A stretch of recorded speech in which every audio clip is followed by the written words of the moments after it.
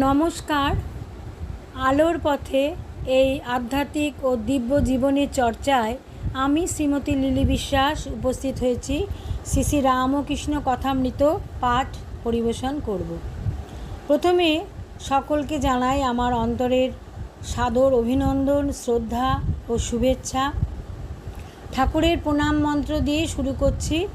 ওং স্থাপকায় চ ধর্মস্য সর্বধর্মস্বরূপিণে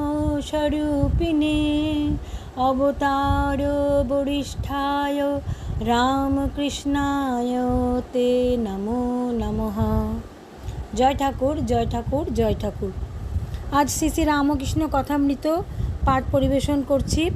ঠাকুর ভক্ত সঙ্গে রয়েছেন দক্ষিণেশ্বরে শ্রীযুক্ত বিজয়কৃষ্ণ গোস্বামী ও অন্যান্য ভক্তের প্রতি ঠাকুর উপদেশ দিচ্ছেন। তৃতীয় পরিচ্ছেদ থেকে পাঠ করছি।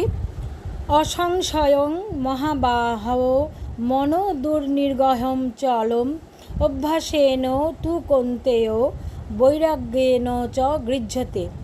এটি গীতার ষষ্ঠ অধ্যায় 35 নম্বর শ্লোক থেকে পাঠ করলাম। ঠাকুর বলছেন, তীব্র বৈরাগ্য ও বদ্ধ জীব তিনি প্রশ্ন করছেন ঠাকুরের কাছে, বদ্ধ জীবের মনের কি অবস্থা হলে মুক্তি হতে পারে।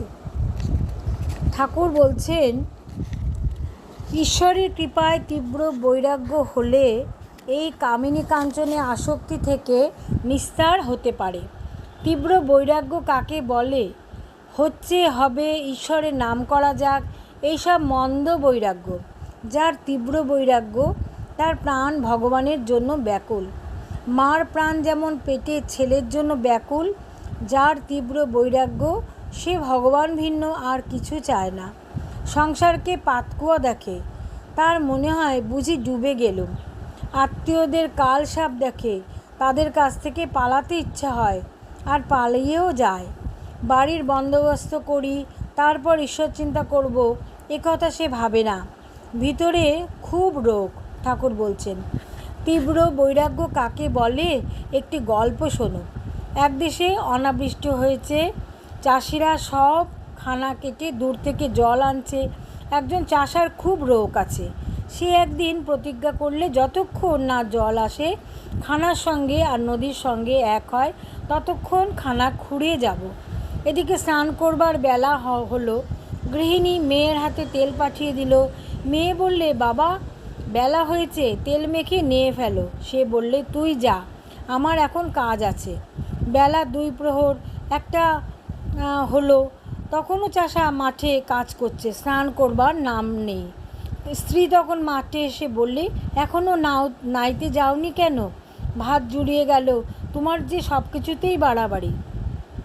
না হয় কাল করবে, কি খেয়ে দিয়েই করবে? গালাগালি দিয়ে চাষা কোদাল হাতে করে তাড়া করলে আর বললে, তোর আক্কেল নেই? বৃষ্টি হয় নাই, চাষবাস কিছুই হলো না, এবার ছেলেপুলে খাবে কি? না খেয়ে সব মারা যাবি। আমি প্রতিজ্ঞা করেছি মাঠে জল আনবো, তবে আজ না খাওয়ার কথা কব। স্ত্রী এই গতিক দেখে সে দৌড়ে পালিয়ে গেল। চাষা সমস্ত দিন হাড় ভাঙা পরিশ্রম করে সন্ধ্যার সময় খানার সঙ্গে নদীর যোগ করে দিলে তখন একধারে বসে দেখতে লাগলো যে নদীর জল মাঠে কুলকুল করে আসছে। তখন তার মন শান্ত হলো এবং আনন্দে পূর্ণ হলো। বাড়ি গিয়ে স্ত্রীকে ডেকে বললে, নে এখন তেল দে আর একটু তামাক সাজ। তারপর নিশ্চিন্ত হয়ে নিয়ে খেয়ে সুখে ভোজ করে নিদ্রা যেতে লাগলো। এই রোগ তীব্র বৈরাগ্যের উপমা। ঠাকুর এই গল্পটি বললেন ভক্ত সঙ্গে। আর একজন চাষা, সেও মাঠে জল আনছিল। তার স্ত্রী যখন গেল আর বললে, অনেক বেলা হয়েছে, এখন এসো, এত বাড়াবাড়িতে কাজ নেই। তখন সে বেশি উচ্চবাচ্য না করে কোদাল রেখে স্ত্রীকে বলল, তুই যখন বলছিস তো চল। সে চাষার আর মাঠে জলে নামা হলো না। এটি মন্দ বৈরাগ্যের উপমা। ঠাকুর দুটি বৈরাগ্যের কথা বললেন, একটি তীব্র বৈরাগ্য, একটি মন্দ বৈরাগ্য। অর্থাৎ তীব্র বৈরাগ্যের মধ্যে একটি রোগ আছে এবং যে রোগে চাষা নদী আর মাঠের জল এক করে দিয়েছিল।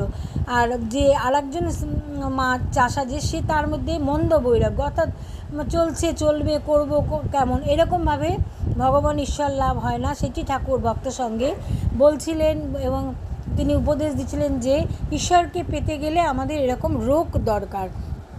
খুব রোগ না হলে চাষার যেমন মাঠে জল আসে না, সেরও মানুষেরও ঈশ্বর লাভ হয় না। আজকে শ্রী শ্রী রামকৃষ্ণ কথামৃত পাঠ এই পর্যন্ত।